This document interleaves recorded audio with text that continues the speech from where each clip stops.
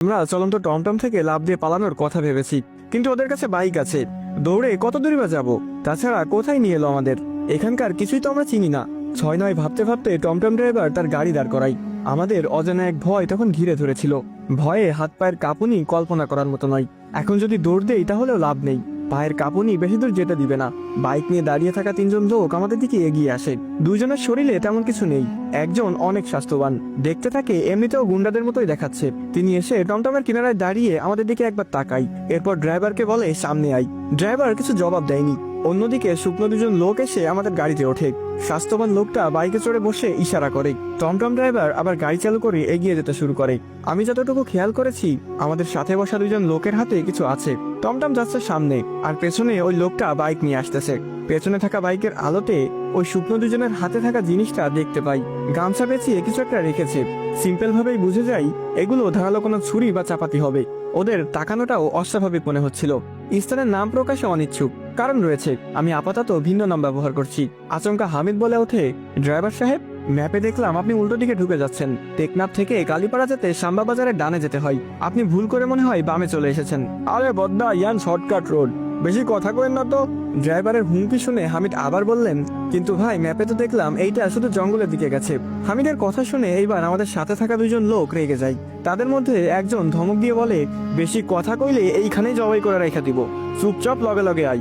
ওনার কথা শুনে হামিদ চুপ হয়ে যায়। এখানে তারা আরো কিছু গালাগালি দিয়েছিল, যেসব আমি বলছি না। কিছুক্ষণ যাবার পর টমটম ড্রাইভার গাড়ি ব্রেক করে, পেছনের বাইকটাও এসে দাঁড়ায়। আমি চারপাশে তাকিয়ে দেখি এখানে কোনো জনবহুল নেই। আমাদের সামনে থাকা 2জন লোক গামছা সরিয়ে সেই কাঙ্ক্ষিত অস্ত্র বের করলেন। এরপর আমাকে আর হামিদকে জোরপূর্বক ভয় দেখিয়ে গাড়ি থেকে নামালেন। স্বাস্থ্যবান লোকটা এসে বলে, টাকা পয়সা যা আছে দিয়ে দে, না দিলেও সমস্যা নেই, তোদের আজকেই শেষ দিন। ওদের কথা শুনে ড্রাইভার বলে, ভাই, খুন না করে এমনি টাকা পয়সা রেখে ছেড়ে দেন। ড্রাইভারের কথা শুনে লোকটা বলে, এরা ঢাকাই আমাল, চিনোসেদের, পরে গর্তে লুকাইলেও বের করে আনবো, প্রচুর বজ্জাতেরা। ওরা ওদের ভাষায় কথাগুলো বলেছে। আরো তর্ক বিতর্ক ছিল, যেসব স্কিপ করছি। কথোপকথনের মধ্যে একটা পুলিশের গাড়ির শব্দ শুনতে পাই আমি, তবে তখনই আমরা গাড়ি দেখতে পাইনি। হামিদ বসা থেকে উঠে সামনের লোকটাকে সজোরে হাত দিয়ে ধাক্কা দেয় আর পা দিয়ে লাথি মেরে দেয়। এরপর আমাকে নিয়ে দৌড় লাগায় উল্টো রাস্তায়। পুলিশের হর্ন শুনে ওরা আর আমাদের পিছু নেয়নি। কয়েক মুহূর্তের মধ্যে আমরা পুলিশের সামনে গিয়ে পড়ি। আমাদের দেখে পুলিশ গাড়ি থেকে নামে। হামিদ ভাই কাঁপা কাঁপা স্বরে সবটা বলে তাদের। কয়েকজন পুলিশ দৌড়ে ওদের ধরতে যায়, কিন্তু সেখানে বাইক আর টমটম ছাড়া কাউকে পাইনি। পুলিশ আমাদের নিয়ে যায় তাদের হেফাজতে। রাত গভীর হয়েছে, তাই সকাল পর্যন্ত থানায় থাকতে হবে। ভোরে তারাই আমাদের কবিরাজের কাছে নিয়ে যাবে বলে প্রতিজ্ঞা করে। কি ভাবছেন, সময় মতো পুলিশ কিভাবে এলো? হামিদের বুদ্ধির প্রশংসা না করলেই নয়। হামিদ যখন ড্রাইভারকে বলেছিল পুরোটা, তখন হামিদ 999-এ কল দিয়ে রাখে। ড্রাইভারকে উদ্দেশ্য করে হামিদ পুরো ঠিকানায় পুলিশকে দিয়ে দেয়। এদিকে আবার ওদের বাজে ভাষা শুনে পুলিশও বুঝে যায় আমরা বিপদে আছি। হামিদ মুখে সব ঠিকানা উল্লেখ করায় পুলিশও চলে আসে। আর পুলিশের গাড়ির আওয়াজ শুনে হামিদও প্রাণ হাতে নিয়ে দৌড় লাগাই। গাড়িতে যদি ধস্তাধস্তি করতো, তবে হয়তো ওদের ধারালো অস্ত্রে আমাদের কিছু হয়ে যেত। পুলিশের উপস্থিতি বুঝে তারা হয়তো ভয়ে আর আক্রমণ করেনি। থানায় পুলিশ ওদের গাড়ি আটক করে। বাইকটা ভাড়া বাইক, আর টমটম চালককে চিহ্নিত করতে পেরেছে। আমরা আইনানুগভাবে যা ব্যবস্থা নেওয়ারটা নিয়েছি। রাত কেটেছে থানাতেই, কিন্তু আমার আর হামিদের জন্য বহু কষ্টে কেটেছে। পুলিশ সদস্য থাকার জন্য যে আলাদা রুম থাকে, আমাদের তেমন একটি রুম দেওয়া হয়েছে। হামিদের হাতে ক্ষত, শুকনো লোকটাকে ধাক্কা দেওয়ার সময় তার হাতে থাকা চাপাটিতে লেগে গিয়েছিল। গুরুতর আঘাত না হলেও চামড়া কেটেছে অনেকটাই। থানা থেকে আমাদের যথাযথ সেবা দিয়েছে। পুলিশকে আমরা যতই খারাপ বলি, সব পুলিশ আসলে খারাপ নয়। 100 জনের মধ্যে অন্তত 10-20 জন আছে যাদের মধ্যে মনুষ্যত্ব রয়েছে। ক্ষত হাত নিয়ে হামিদ ঘুম, আমারও চোখে ঘুম লেগেই আসবে। তখন মনে হলো রুমের দরজায় কেউ ধাক্কা দিয়েছে। বলে রাখা ভালো, এই রুমটাতে শুধুমাত্র একটা খাট, বলতে গেলে একজন মানুষ ঘুমানোর মতো রুম। তবে 2 জন ঘুমালে তেমন একটা সমস্যা হবে না। আমি শুয়েছি কিনারাই, আর হামিদ দেয়াল ঘেঁষে। দরজায় ধাক্কার আওয়াজে আমি চোখ মেলি। ভেবেছি হয়তো থানার কেউ এসেছে কোনো কাজে। ক্লান্ত শরীর নিয়ে উঠে আমি দরজা খুলি, কিন্তু দরজার সামনে কেউ নেই। এইটা পুলিশদের স্থান, অন্তত মস্করা করার মতো যে কেউ নেই তা আমার ভালোই জানা আছে। তাহলে কে ধাক্কা দিল? সে, যার ভয়ে আমি এতদূর ছুটে এলাম, আবার হুট করে দরজা আটকে দিয়েছি। বিশ্বাস করা না করা আপনাদের ব্যাপার। জোর করে বিশ্বাস করাতেও চাই না, তবে দরজা বন্ধ করার পর সে আমাকে বেশি ভয় পাইয়ে দিয়েছে। আমি দরজা বন্ধ করার 2 সেকেন্ডের মধ্যে এত জোরে সে দরজায় ধাক্কা দেয় যেন বাহিরে কোনো বড়সড় বোমা ব্লাস্ট হলো, এবং সেটির প্রভাবে দরজায় আওয়াজ হয়েছে। দরজার শব্দে হামিদও লাফ দিয়ে ওঠে। আমি এত বেশি ভয় পাই যে আমার মুখ থেকে কথাও বের হচ্ছিল না। হামিদ ক্ষত হাত নিয়ে এসে আমাকে জিজ্ঞেস করেছে, কিন্তু আমি বোবার মতো হয়ে গেছিলাম। এক মুহূর্তের জন্য মনে হলো আমি আমার জবান হারিয়ে ফেললাম হয়তো। অনেক চেষ্টা করেও পারিনি কিছু উচ্চারণ করতে। হামিদ দোয়া দুরুদ পড়তে পড়তে আমাকে ফু দিতে শুরু করে। হামিদ যত দোয়া পড়ে তত আমি হালকা হচ্ছিলাম। 30 সেকেন্ডের মতো চেষ্টা করার পর আমার মুখ থেকে আওয়াজ বের হয়।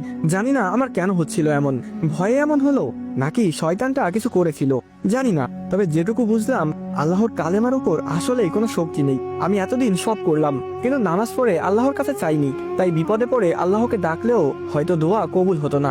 গতকাল রাত থেকে সঠিক নিয়মে আছি বলেই দোয়া কাজে লাগলো। ভুল করতে করতে অবশেষে আমি সঠিক উপায় পেয়েছি। হামিদ আমাকে জিজ্ঞেস করে, আমি হামিদকে সবটা বলি। পুরোটা শুনে হামিদ বলে, ঠিক আছে তুই শুয়ে পড়, আমি দোয়া কালাম পড়তেছি। মায়ের পেটের ভাইও হয়তো এত করে না। হামিদের কথায় আমিও ঠিকই ঘুমিয়ে যাই। ফজরের আজানে ঘুম ভাঙলে দেখি হামিদ এখনো বসে বসে ঝিমাচ্ছে, অর্থাৎ সারা রাত আমার পাশেই বসেছিল, ক্ষত নিয়েও ঘুমায়নি। এই মানুষটা এত বেশি করেছে আমার জন্য, যার ঋণ হয়তো আমি কোনোদিন শোধ করতে পারবো না। ফজরের নামাজ শেষ করে দুজনে বের হই। ছিনতাইকারী আর থানার মামলার ঘটনা না বলি, ওসব আউট টপিকে চলে যায়। পুলিশ আমাদের কবিরাজের বাড়ি অবধি নিয়ে যাবে বললেও সাম্ভা বাজারে এনে ছেড়ে দেয়। এরপর একটা গাড়ি ঠিক করে দিয়ে আমাদের নিয়ে যেতে বলে। আমরা অবশেষে উপস্থিত হই কবিরাজের বাড়ি। ওনার বাড়ির বিবরণটা দেওয়া উচিত। পাহাড়ি রাস্তার কিনারায় ওনার বাসা। টেকনাফের এই রোড অনেকেই চিনবেন, তবে যারা কোনোদিন যাননি তাদের বোঝানোর ক্ষেত্রে বলবো, সাজেক গিয়েছেন অথবা ফোনে নিশ্চয়ই সাজেকের ভিডিও দেখেছেন। সাজেকের রাস্তাগুলা যেমন বা বান্দরবনের রাস্তাগুলা যেমন, এখানকার রাস্তাগুলাও তেমন। কিন্তু সাজেকের রাস্তার পাশে ঘর বাড়ি কম, আর এখানের রাস্তার পাশে সবটাই বসত বাড়ি। পাহাড় কেটে অনেক পাহাড়িরা বসবাস করে। হিন্দু বাড়িতে ঢুকার পর কবিরাজের নাম বলি আমরা। আমাদের নিয়ে আসা ড্রাইভার নিজেই আমাদের কবিরাজের বাড়ি এনে ঢুকাই। সে আমাদের আবার নিয়ে যাবে, তাই চলে যায়নি। বাড়িতে প্রবেশ করার পর এক মহিলা আমাদের ডাকেন। ওনার থেকে জানতে পারি কবিরাজ একটু বাজারে গেছে, চলে আসবে। ততক্ষণ আমরা যেন অপেক্ষা করি। কবিরাজের ঘরে বসেই আমরা অপেক্ষা করতে থাকি। প্রায় 20 মিনিট পর কবিরাজ বাড়িতে আসেন। কবিরাজ এসে বলেন, নমস্কার, আপনাদের কথা আমাকে হুজুর বলেছেন। দেখলেন তো এখানে নেটওয়ার্ক নেই, তাই আমি ফোন চালাতে পারি না। বাজারে গিয়েই সবার সাথে আলোচনা করি। রাফি ভাইকে আপনি? কবিরাজ আমার দিকে তাকিয়ে বললেন। আমি হ্যাঁ সূচক মাথা নাড়াই। তিনি আমাকে বললেন, 2 কেজি গম আর একটা কালো ছাগল লাগবে। অন্যান্য জিনিসপত্র আমার ঘরেই আছে, আপনি চাইলে আমি বাজার থেকে নিয়ে আসতে পারি, আর না হলে ড্রাইভারকে দিন। কথা অনুযায়ী বুঝলাম ড্রাইভারকে কবিরাজ আগে থেকেই চিনেন। কবিরাজের গিন্নি ড্রাইভারের সাথে বেশ রসিকতার সাথেই কথা বলছিল, তাই বিশ্বাসের উপর হামিদ ড্রাইভারকে 7,000 টাকা দেয়। ছাগল 5-6 হাজার টাকার মধ্যেই পাবে, বাকিটা গম আর ড্রাইভারের ভাড়া। কবিরাজ আমাদের অপেক্ষা করতে বলে ফ্রেশ হতে চলে যায়। ড্রাইভার এলেই হয়তো তিনি কাজ শুরু করবেন। তো ড্রাইভার ছাগল নিয়ে আসতে আসতে আপনারা বেশি বেশি করে লাইক, কমেন্ট এবং কপি লিঙ্ক করে দিন। আজকের ভিতরে যদি 1000 কপি লিঙ্ক করে দিতে পারেন তাহলে 14 নম্বর পর্ব আজকেই আপলোড করব। তো প্রিয় ভালোবাসার মানুষেরা, আপনারা দেখছিলেন সম্পূর্ণ সত্য ঘটনা অবলম্বনে তৈরি কালো জাদুর অভিশপ্ত বই গল্পের 13 নম্বর পর্ব। তো 13 নম্বর পর্ব এখানেই সমাপ্ত হয়ে যায়। আর যারা 14 নম্বর পর্ব দেখতে চান তারা চাইলে কিন্তু আমার ইউটিউবে গিয়ে দেখে আসতে পারেন। সেখানে 13 এবং 14 নম্বর পর্ব একসাথে আপলোড করা হয়েছে। তো আজকের পর্বটি আপনার কাছে কেমন লেগেছে, গল্পের কোন অংশ আপনাকে কেমন অনুভূতি দিয়েছে তা অবশ্যই কমেন্ট করে জানান। কারণ আপনারা জানেন আপনাদের প্রতিটি লাইক এবং কমেন্ট আমাকে পরবর্তী ভিডিও বানাতে উৎসাহিত করে। আমার ইউটিউব চ্যানেলের লিংক আমার টিকটক আইডির বায়োতে দেওয়া আছে। তো আপনারা সকলেই আমার ইউটিউব চ্যানেলটি সাবস্ক্রাইব করে দিবেন, কারণ প্রতিটি পর্ব আমি কিন্তু সবার আগে ইউটিউবে আপলোড করে থাকি এবং সেখানে কিন্তু বড় করেও আপলোড করা হয়ে থাকে। তো প্রিয় ভালোবাসার মানুষেরা, আজকের মতো এ পর্যন্তই। ভালো থাকবেন, সুস্থ থাকবেন। আল্লাহ হাফেজ গাইস।